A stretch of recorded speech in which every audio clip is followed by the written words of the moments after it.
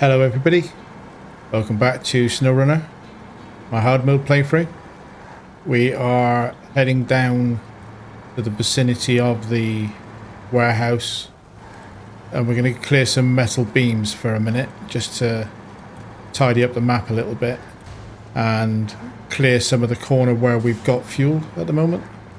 And there's two things I'm changing for this episode, which is going to be making it interesting, changing two things at once. One is that I have a new microphone, so the audio may sound slightly different. I'm hoping, and I've been working to get it set up. Hopefully it's improved the audio, because that's the point of getting it. But yeah, might sound slightly different from a continuity perspective. And then the other is I'm using a controller, which I think I've just about got to the point that I could. I've still got keyboard and mouse available to me. I'm just using an Xbox controller. Fill up a Bottega, and then I am going to head. I'm not going to take this frame. I've got plans to come back and get that another time on a second trip. For the minute, I'm just going to run down to the one near the warehouse, pick up 2 lots of metal frames, back to deliver factory main block. So because I'm using a controller, I've got the HUD visible. I don't know, some people prefer that anyway, and some people have said that they would prefer it if the HUD was visible. I find it breaks immersion a little bit, but while I'm getting used to these controls still, I figure that the HUD is a good idea for me. And the biggest issue I have with the controls is I'm not as quick with the quick winch. So in my sort of practice play on my campaign save, there's been a couple of times where I've rolled over because I wasn't quick enough on the quick winch. So here we go. So yeah, changed the microphone, slightly different audio settings, and I've done loads of test videos of that. You know, lots of little snippets, so I think it's not too bad from a consistency perspective.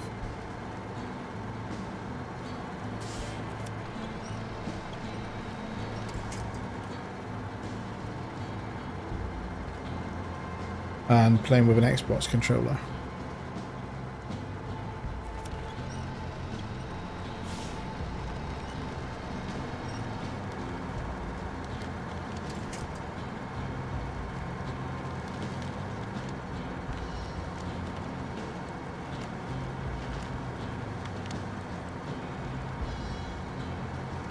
Running empty as usual because there's no cargo needs to go in this direction.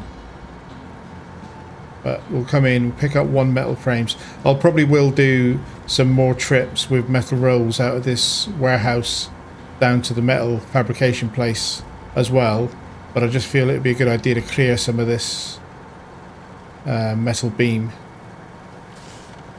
backlog.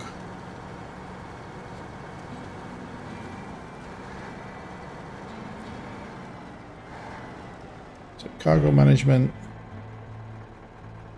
Loading platform.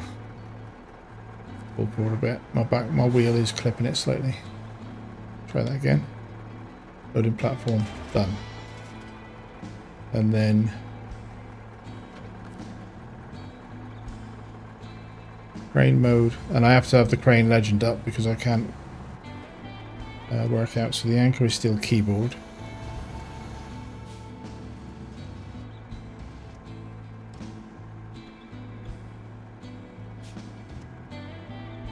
Had to use the mouse then. Don't know why that didn't want to lift.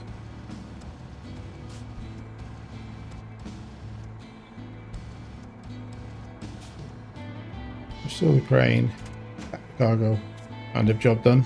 Felt a little bit more clunky. And then the one I'm going to get next is not the one that's on my way. Oh, hang on. That looked like a bendy tree. It obviously wasn't. So I'll back her up and go around that tree.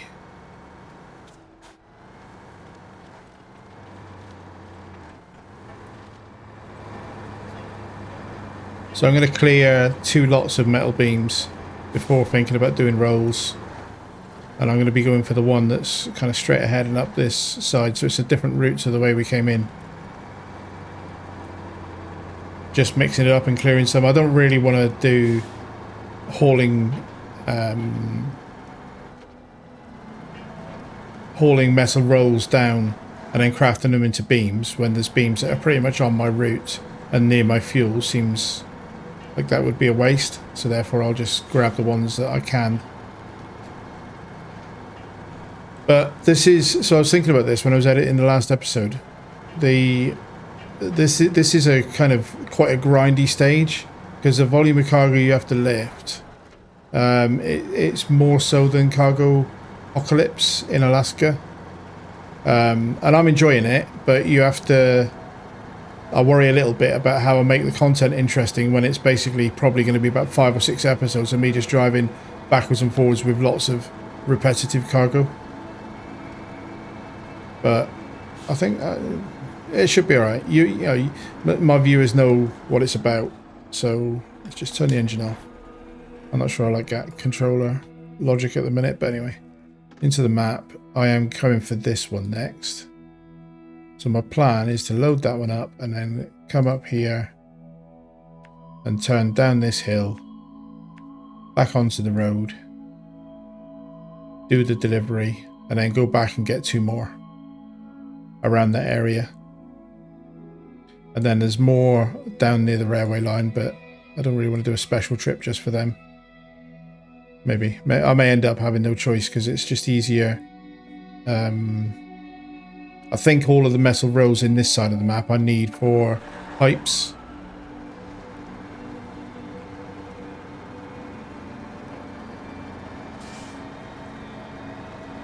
So yeah, a lot of the next few episodes is going to be low gear, crawling through snow with cargo on the back, and trying to mix up the order of the cargo just enough to keep it interesting for me as well. But you all know the crack, right? This is what this game's about, really.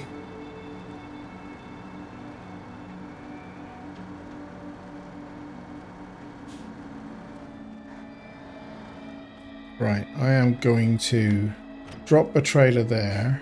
Then I'm going to go cargo management. Put that on the loading platform. That's the building destructed. And then I'm going to move to load that trailer up.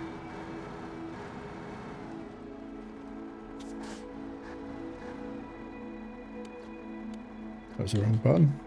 I'm going to do lots of wrong buttons. Crane mode, legs down. Alright, so A is supposed to attach and detach my cargo, but it's not doing it, so I'll use the mouse for a minute.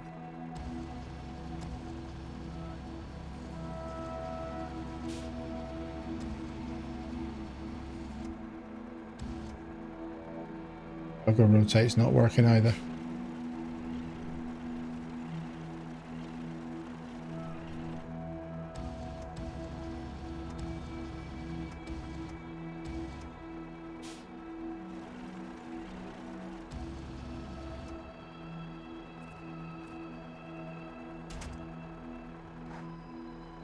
Get that reattached. I am back on mouse and keyboard. For some reason, the things that it's typical, right? I've done loads of practice with that in campaign mode, but there's a couple of things just aren't working. Unpack, repack, and then follow my waypoints. And I'll just stick to mouse and keyboard for most of this stuff now, until I work out why a couple of the keys weren't working there that worked fine when I was testing it on campaign mode. It's typical. There's nothing else in this area worth me picking up. I'm just going to double check that, but yeah, nothing else in this area. There's some wood framing there that I could get, but not on this trip. It's not on my route, so no.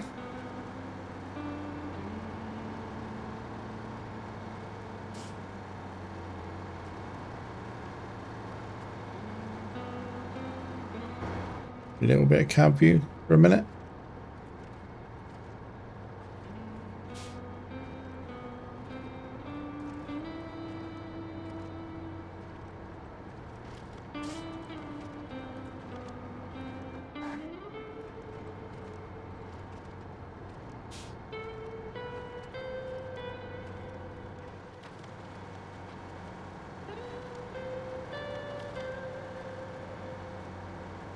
I think this was a right turn.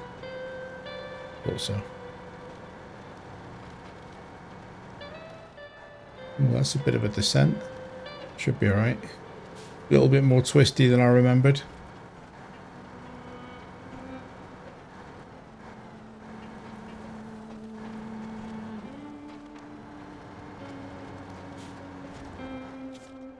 Got caught up on the sign. The momentum was pretty much pushing me in the direction it wanted to go. I need to go wider.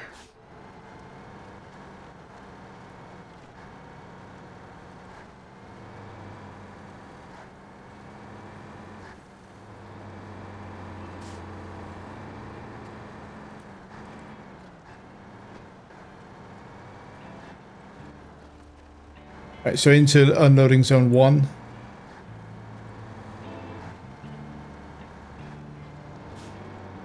Two metal beams. I think this is the second and third out of 4 needed for this particular activity. Cargo. Yeah. Oh. Yeah, okay. One more beam. And then it also needs bricks. And small pipes. So this time we're going to go back and get these two. Because again, they're pretty close by. No reason not to go and get them, I think. Back her up. I can kind of tell that it's going to just be a bit of a slog for a few episodes. And then we'll move over to Flooded Foothills when this is done. Do a bit of sort of scouting and some tasks, and then it'll be a slog there as well. So I might need to think about how to mix up Flooded Foothills a bit more, and maybe start the contracts earlier and have some tasks in between to break up any monotony that emerges. We're going to get the metal beams that are next to the fuel tank first, and then we go back and get the one we just drove past. That should be a fairly quick round trip. How is fuel at the moment? Not bad, I'll fill up on the way out. Let's turn it round. Bash my engine again. Right, that's it turned around. Let's back her up a bit straight.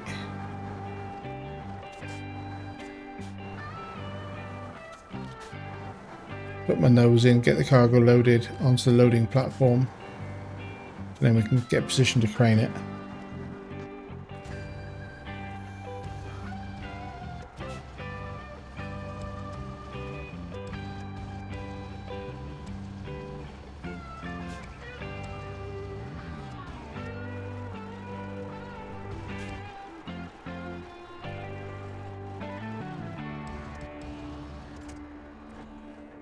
So the crane, that cargo.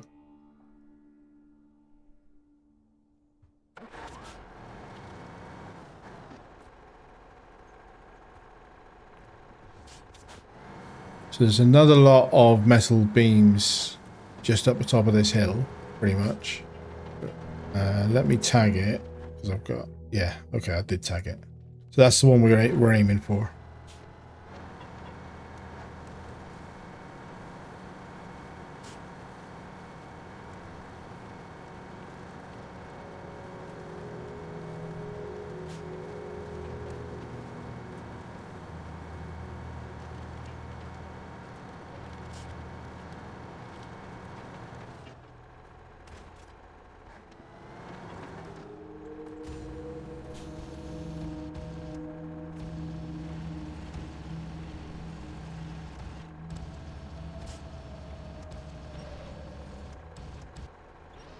Right, I'm going to do the lazy option because it's long enough to do this stuff.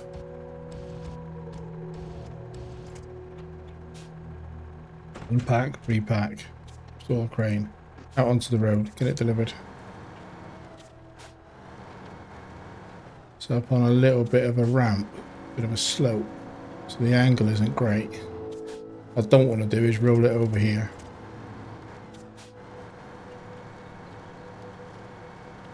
Right, we're pretty close to the delivery for these. This might have been easy just to do this in a 2 slot, like we're on Grad, maybe. for those ones that are quite close by. I'm not sure it's worth the faff of using the Big Blue trailer, but doesn't matter. Get it done. So one of these will be for factory main, and then the other one will be for factory sewage treatment thingy.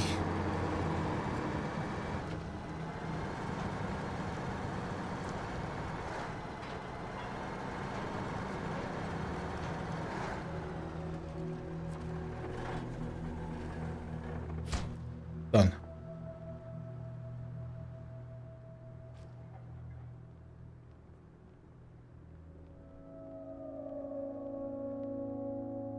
And then the other one. I don't think we've sent any metal beams in for this one yet. We haven't. So this is the first of 4 that are needed for sewage treatment plant.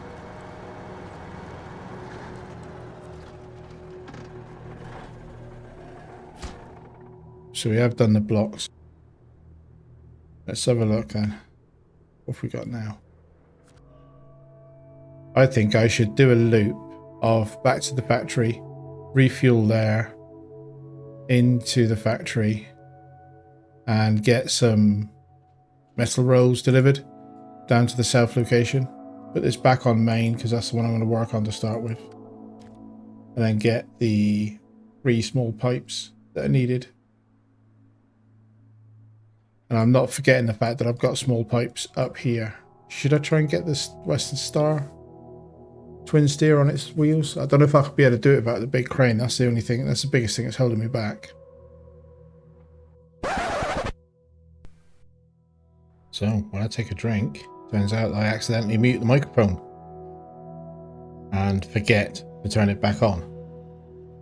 My new microphone has a mute button, and I've just learned that it's very dangerous. I'm going to have to voice over the next half an hour or so of footage. I'll try and make that as consistent as I can, if I can remember what it was that I did. Yeah, so I'm just panning around the map to look at where I can get bricks from at the moment. And I'm afraid you're going to have to bear with me, because this is voiceover rather than live narrative.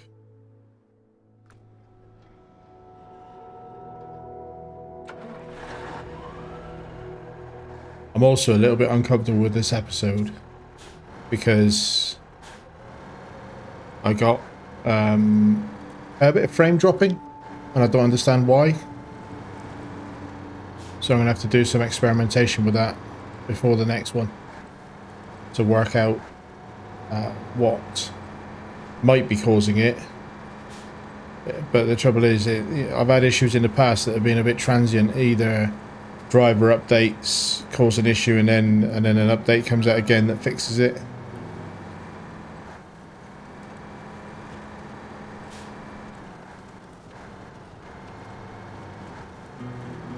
Well, here we go. That's me power sliding my trailer down the road, Big Blue.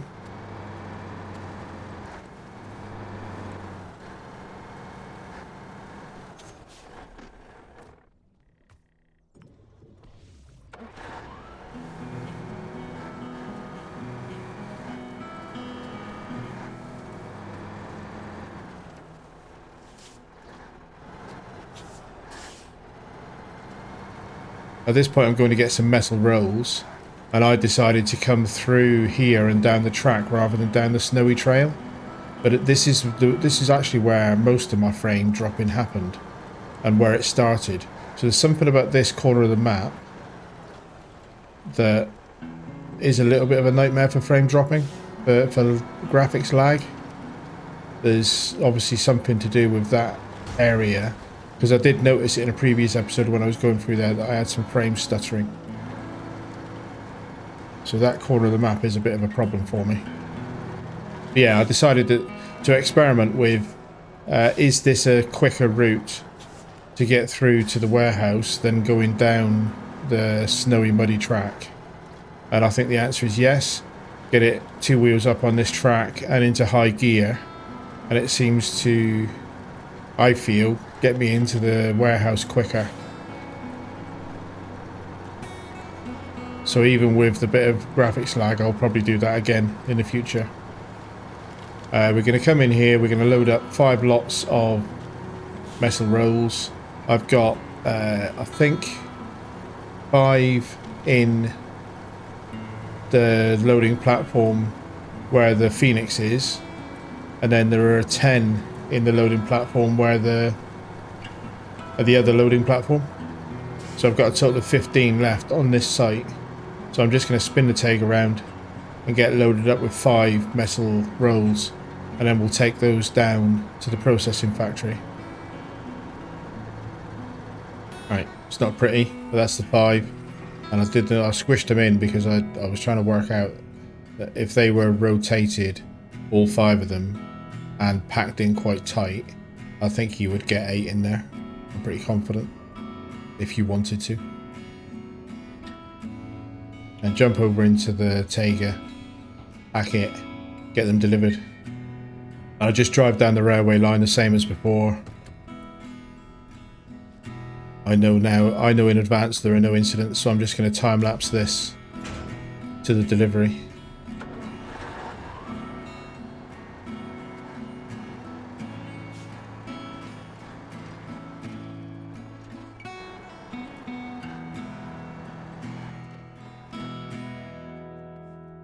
So just looking at what these other contracts need, and I'm trying to get the iron metalwork stuff done in this episode.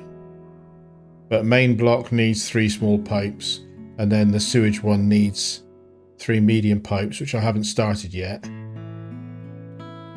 So what I decide to do on this trip, because I've got 2 small pipes at the twin steer, and I need 3 for this contract, I decide to go down, deliver these metal rolls. I craft 1 small pipe, 1 medium pipe, and then I'll rely on the 2 small pipes that are up on the floor next to the twin steer. So I don't end up crafting more small pipes than I need on this map. And I'm trying to work out, as I'm driving here, the logistics of how much metal work I need. Because I've got another 10 metal rolls at the warehouse we've just left, plus 10 metal rolls at the other warehouse next to the concrete plant. That's a total of 20 metal rolls left after I've done this delivery. And then, because I've got metal beams from house frames that were kind of conveniently located, at the moment I haven't crafted any metal beams, and I only need 3 more for the whole of this map's contracts. So basically I've got more metal rolls than I need, I think. And I know that I'm talking about that as I'm driving on the narrative, because I can remember that I was just trying to work out, of those 20 metal rolls, or 25 including these, and I think there might be 4 left in the crafting place, whether or not I'll end up taking those metal rolls through to the other map, because I know the gold mine there needs more metal rolls.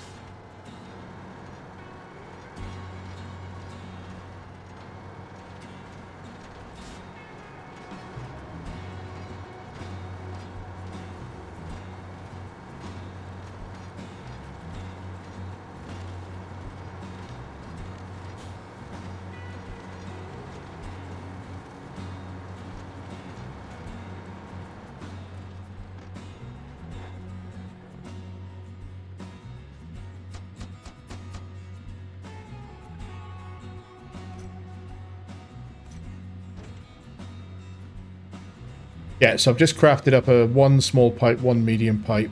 I'm going to load them both into a big blue trailer and take them up and deliver them to the factories. 1 small pipe for main block and 1 medium pipe for the sewage contract.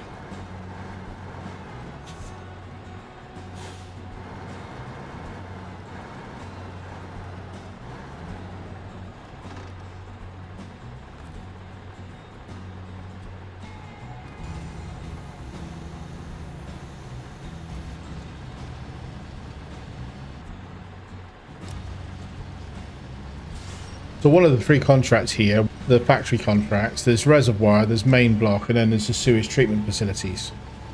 And here's a funny little story for you related to the sewage treatment facilities. And that's not a very funny way to start a story, is it? Because what's funny about sewage treatment? But as a younger man, I worked in the building industry. And the team that I worked with in the southwest of England, we were what in the UK we refer to as ground workers.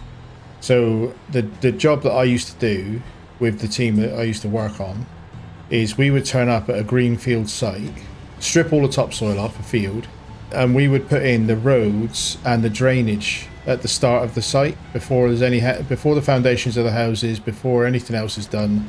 We would lay out and do the roads, the drainage, and then we would then move on and do the foundations, and then the builders would come in, the bricklayers and so on would come in and build the houses on the foundations. But we basically put in all the infrastructure tier.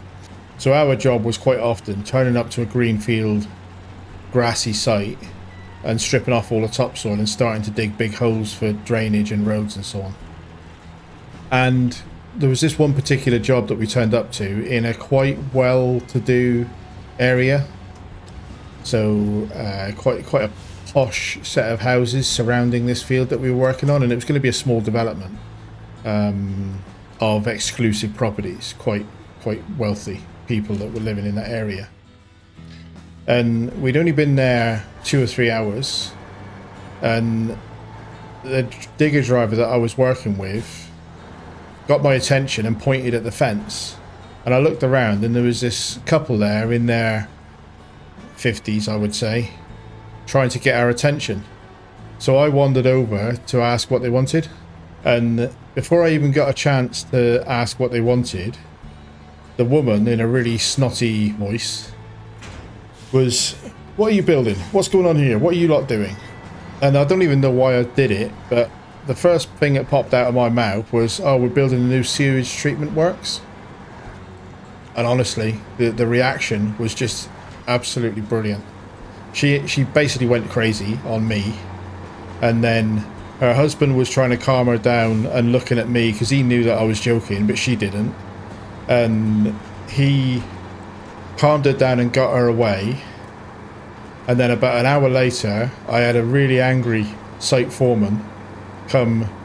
He drove onto the site because he hadn't been there when this all happened. He drove onto the site and wandered up to our team and asking which idiot was winding up the locals.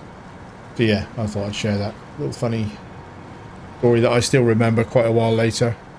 But if somebody asks you what you're doing in a field, don't tell them it's the sewage treatment works, because they don't like it. Or do tell them, because it was funny.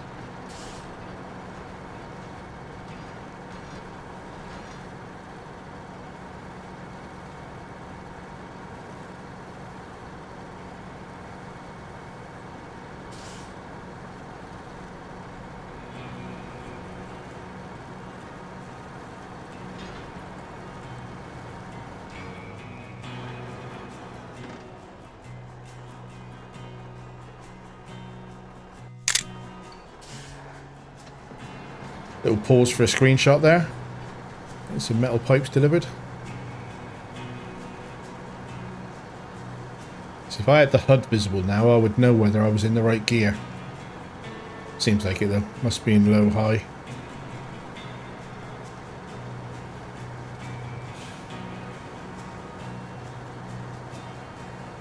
Is this the third loop we've done here, I think now, of delivering rolls down the railway track into the factory, pick up some product, bring it round, deliver it here, drive around, refuel, continue. And there are 3 more of those trips to do.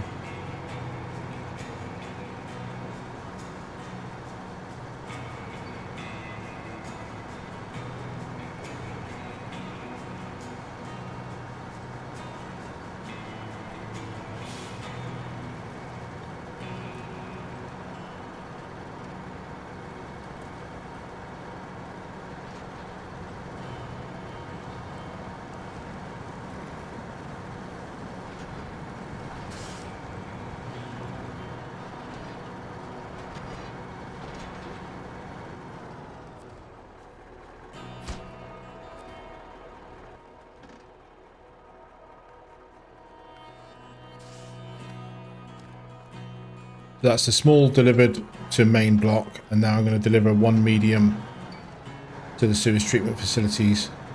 And then when that's done, sewage treatment facilities will require 2 more medium pipes and 3 more metal beams.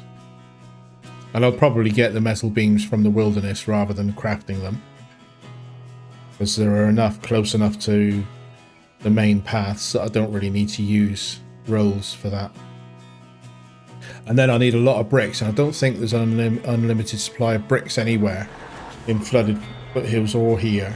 So therefore bricks come from the wilderness, and that's it. That's your only choice. There's a few in warehouses, but it's a limited supply and there's not enough. So I'm going to have to be driving around to collect bricks. And then what I decide to do now is back this up, get it out of the factory area, and then I drive the Taiga down to the Kodiak, leave the trailer, and I take the Taiga off to try and recover the twin steer.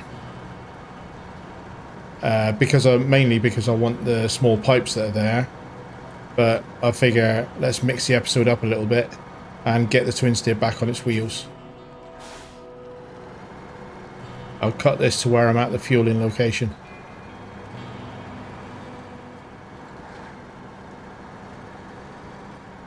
So I dropped the blue trailer here. I brought it this far just in case I need it to get the small pipes out, but I drop it here and then I jump into the Ford to fix the damage that I've just done to my suspension, because the Ford's got repair points on it.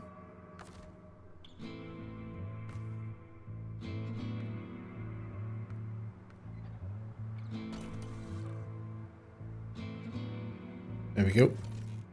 35 points left in the Ford. And then jump into the Kodiak to fuel up the Taiga. And then the Taiga goes off to get the twin steer back on its wheels, basically.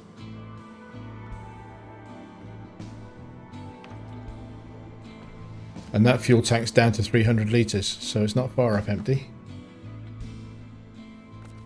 And I think at this point I've got about 1400 litres in the other tank, so I am very sure that I won't be finishing the region. I might not even finish Big Salmon Peak with the fuel that I've got left.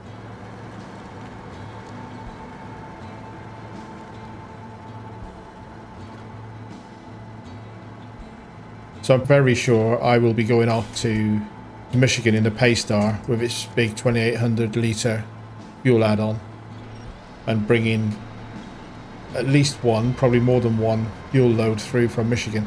Buy it at $2 a litre over there, just in case anybody... It's been a while since I've actually explicitly stated that, I think, but it's just a lot cheaper, even factoring the retain and deployment fee. It's a lot cheaper to go to Michigan and buy fuel at $2 a litre than it is to buy it in any of the other maps. I did notice I've been doing a bit of research into a Muir because I really want that Zix 605, and from what I can tell, the fuel station on the first map of a Muir next to the Cosmodrome gateway is $2 a litre in hard mode. So in a Muir we've got cheap fuel, which sounds good. Because one of the things I was worried about is if I went there, how would I get enough fuel to start the rescue mission? So I hope that's correct on Map Runner.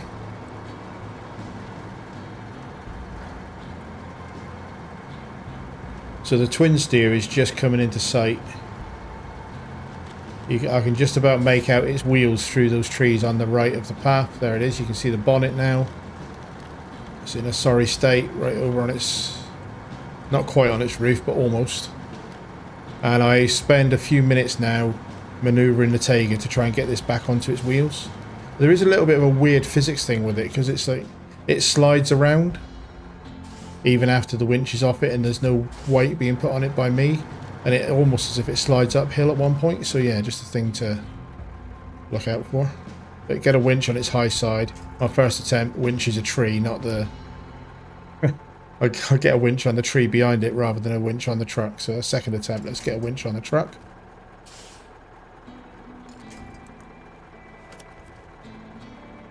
This is still me trying to do a voiceover, by the way. But yeah, here it's sliding rather than rolling. But there, you like the line was slack, but it was sliding uphill slightly, which is a little bit strange. And then when I start moving, it's still sliding uphill. There's no line on that, and then suddenly it flips and rolls over again the other way, which actually is a good thing because that helps me. I'm not trying to pull it uphill to put it back on its wheels. I now put the Tayga down below it. I think I might even give it a gentle shove to start with, just to see if it'll pop over. No respecter, it trucks me.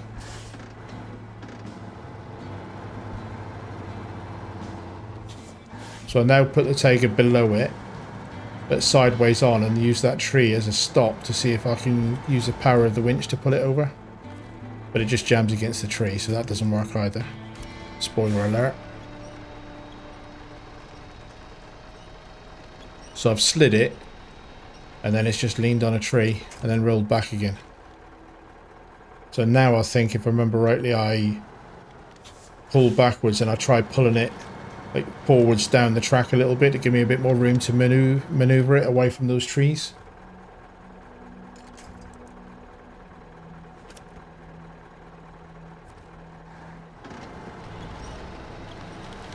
I'm actually surprised that the Tayga's even able to move it, considering what a big truck it is.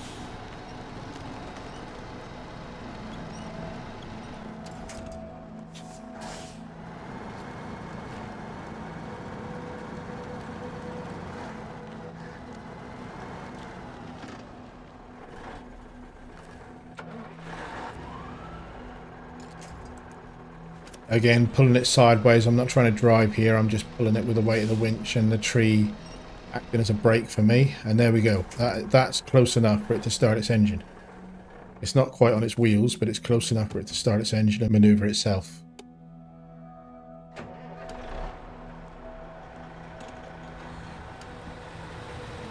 The twin steer slash tip steer. There are trucks that build a passionate following and hater community. It's definitely a Marmite truck. I think this is probably the one that's polarized more than most others. You either love it or you hate it, and I think my personal theory on that is a lot of the time, whether you love a truck or dislike it immensely, depends a lot on your driving style. If you're a naturally slow and plodding, careful driver, certain trucks will appeal to you more than if you're a go everywhere at 40 miles an hour type of driver and don't care about damage and so on. So there's different choices, and I don't think necessarily that this is a bad truck. It's a difficult truck to drive, but it's also a truck that's probably incompatible with some people's driving style. And in my case, incompatible with my skill level, because I'm blaming myself for the fact this rolled over. It's definitely not the truck's fault.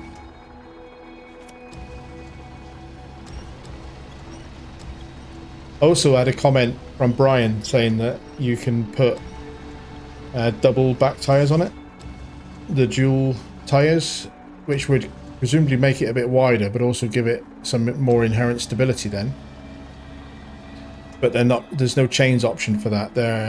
I think they're either off-road or all-terrains. Probably off-road. But it would make it more stable, I'm told. I don't know that I'd want to do this map without chains, because I know you can get up the roads without chains. But yeah, I'd personally find chains on a ice map makes sense. There we go, packed, and we're back on. I'll leave the Tayga here for a bit. I'll recover that before the next episode. I don't touch the Tayga again for this episode. I used the twin steer to deliver these two small pipes, driving it rather than towing it and having a bit more control over its line and angle. because I'm now super wary of it, as you probably should be in the first place, really. I was a bit reckless with the way that I pulled it off the mountain and tipped it over.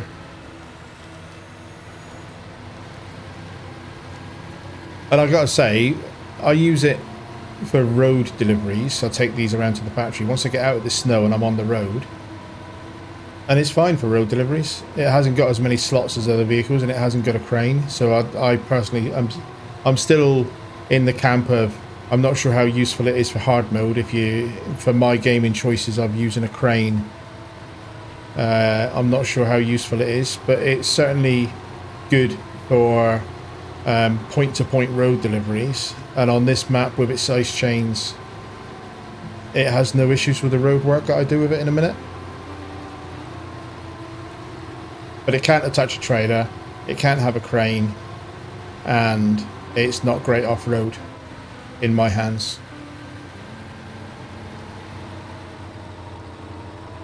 And it's also, because I haven't put the advanced winch on it, I'm trying to grab a winch there.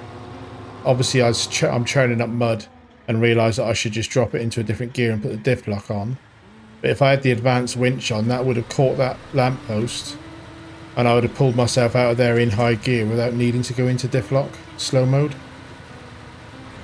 So yeah, that's my fault for having the wrong type of winch on it. I just grabbed some fuel out of the Kodiak and the Ford's main tanks now. Fill the twin steer up.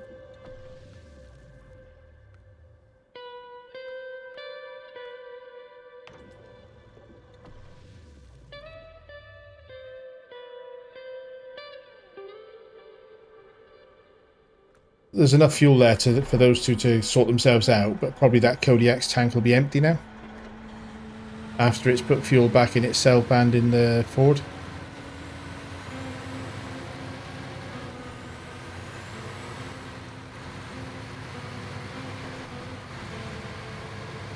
And then I just drive these two small pipes around to the factory.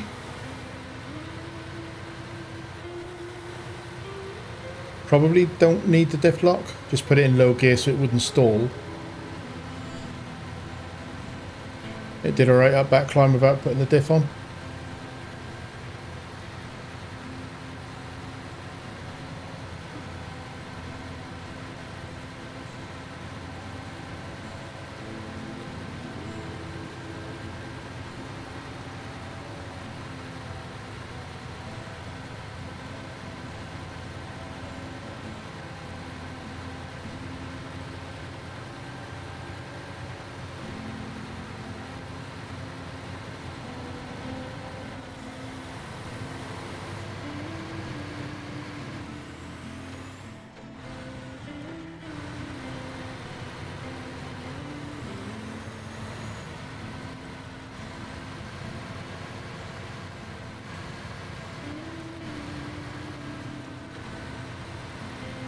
So these two small pipes are the last of the metal delivery needed for the factory main block contract.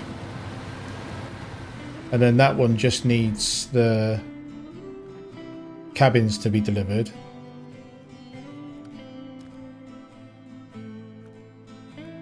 And then when that's done, I think this one might be the one that needs the large pipes.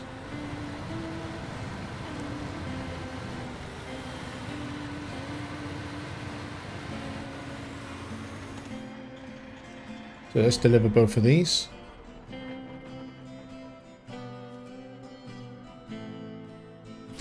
Yeah, so it needs 4 pallets of bricks.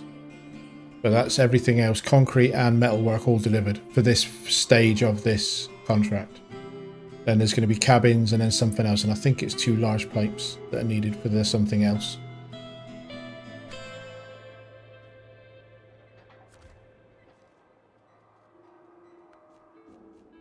Probably look at that now, don't I?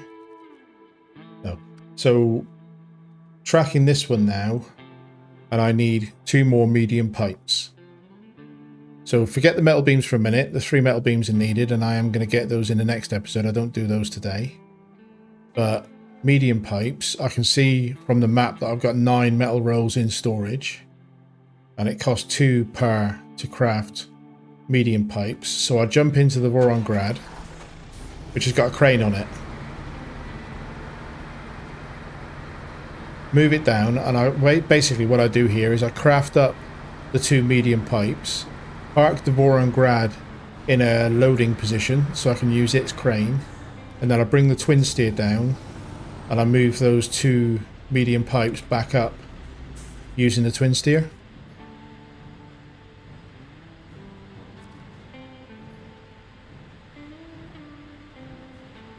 So cargo craft, medium pipes, 1, 2.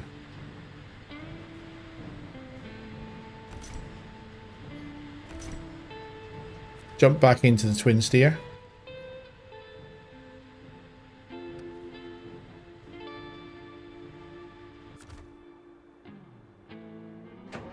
And back her up and drive down and pick those up. Nice 4-slot cargo load, and with a crane that's already down there. If the Grad hadn't have been down there, I would have grabbed the Taiga with the blue trailer. But because it's 4 slots of cargo and the Grad is down there to load me up, I figured I might as well have a look at delivering that with this twin steer.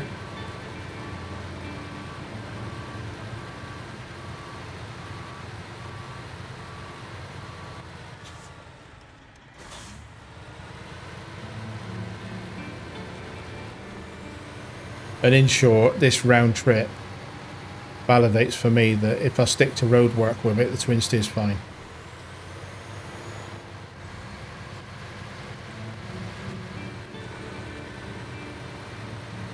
But if I was in the, for instance, as of 73-210 or any Holy Trinity truck, I could be delivering 6 slots instead of 4 slots, and I could self-load with a crane. So, yeah. It's just a choice you make, isn't it?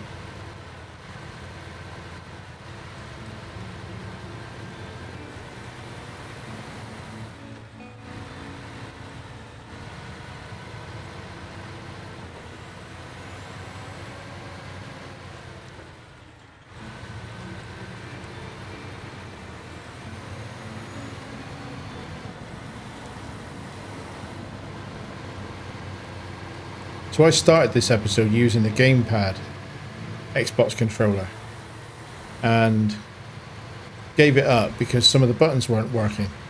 And then between recording the episode and then doing this voiceover now, which is the same day but a few hours have elapsed between, I loaded up my campaign mode save and all the buttons work fine. So I don't know what was going on there. It was a bit strange.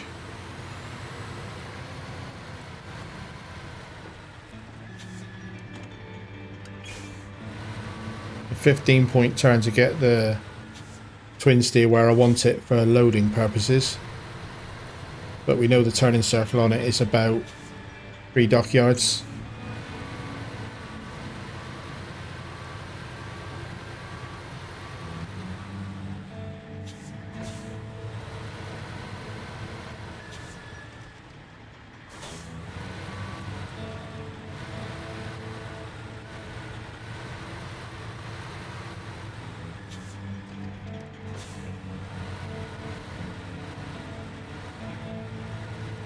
That'll do.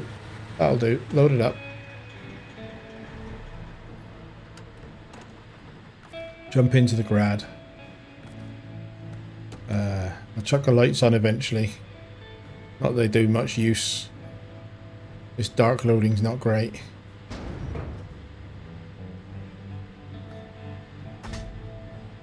And then crane mode, legs down, get this loaded.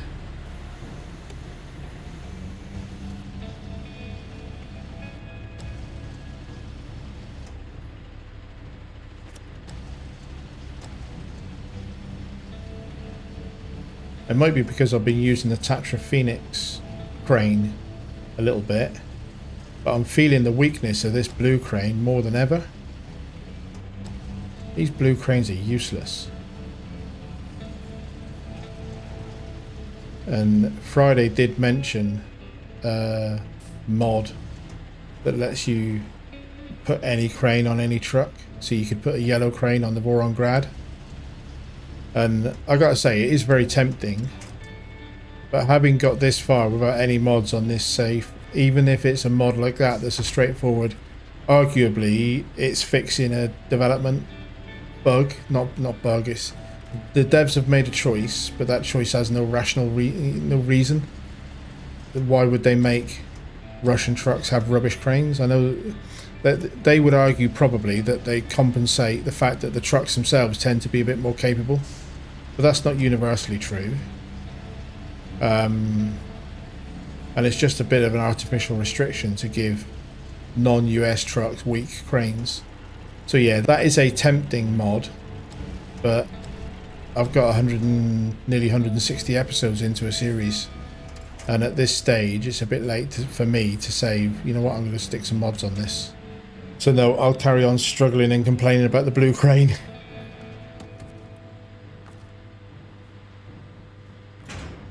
I do like the look of this twin steer. I think it's a cracking looking vehicle, and its uniqueness plus looks is one of the reasons that I kept it.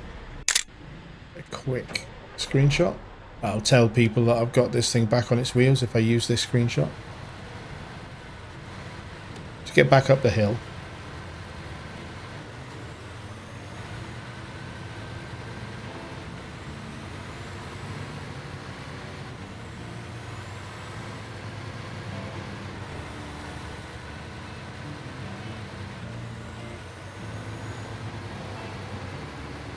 So we're approaching the point that I realise the microphone is muted.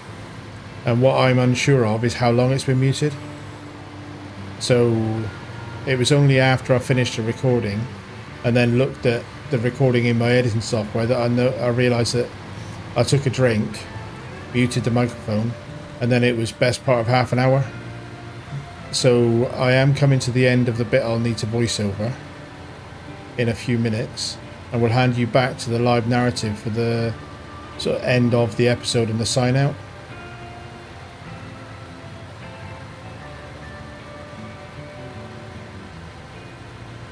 Got plenty of power, it's nice and smooth. I think I'm in low here, but again, I haven't got the diff lock on. And it's pulling up over this hill, no problem at all. I am in all-wheel drive, because why wouldn't you be on a terrain like this? But it just coasts through that S-bend, no problem whatsoever. If you could fit a 4-slot trailer behind it and use it for road work, it would compensate for its weaknesses, I think.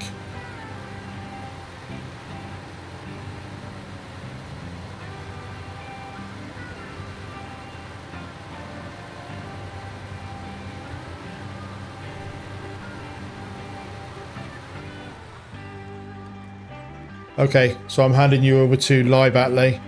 This is a goodbye from commentary Atley. Signing off now.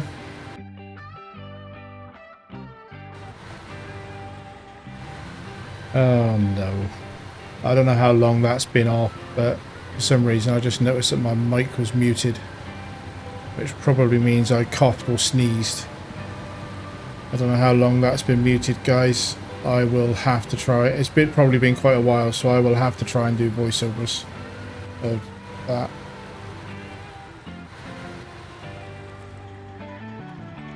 You get one of those days when you kind of wish you didn't do the thing. Anyway, yeah, I don't know how long that's been muted. I'll have to look at the recording, and if there's a significant part of the episode that has no mic narrative, I will have to try and do voiceover, which I'm not very good at, so this will be us rejoining the narrative from the voiceover, if that's even worth it at this stage. Okay, so 2 medium pipes. 2. So all that this needs now from a metals perspective is metal beams, and then it needs bricks. And I need quite a lot of bricks, and you can't craft bricks, and there's no infinite supply. So I think for bricks, you haven't got a lot of choice. You've got to go out and get them from the wilderness. Got some down here in the swamp. There's metal framing there, so I'll probably do at least one trip with the blue trailer in to get these 2 metal frames and those bricks. and carry that on the blue trailer. That'll be part of it. And then at least one set of bricks from down here, but I'll count them all up and check them out on my spreadsheet. But in the meantime, that is all I've got time for in this episode. And hopefully, I'm just trying to get a camera angle. I'll leave it like that. Hopefully, I have been able to make the continuity work with the voiceover. But that's a little bit of a nightmare for me. So apologies for that. That could have been an hour.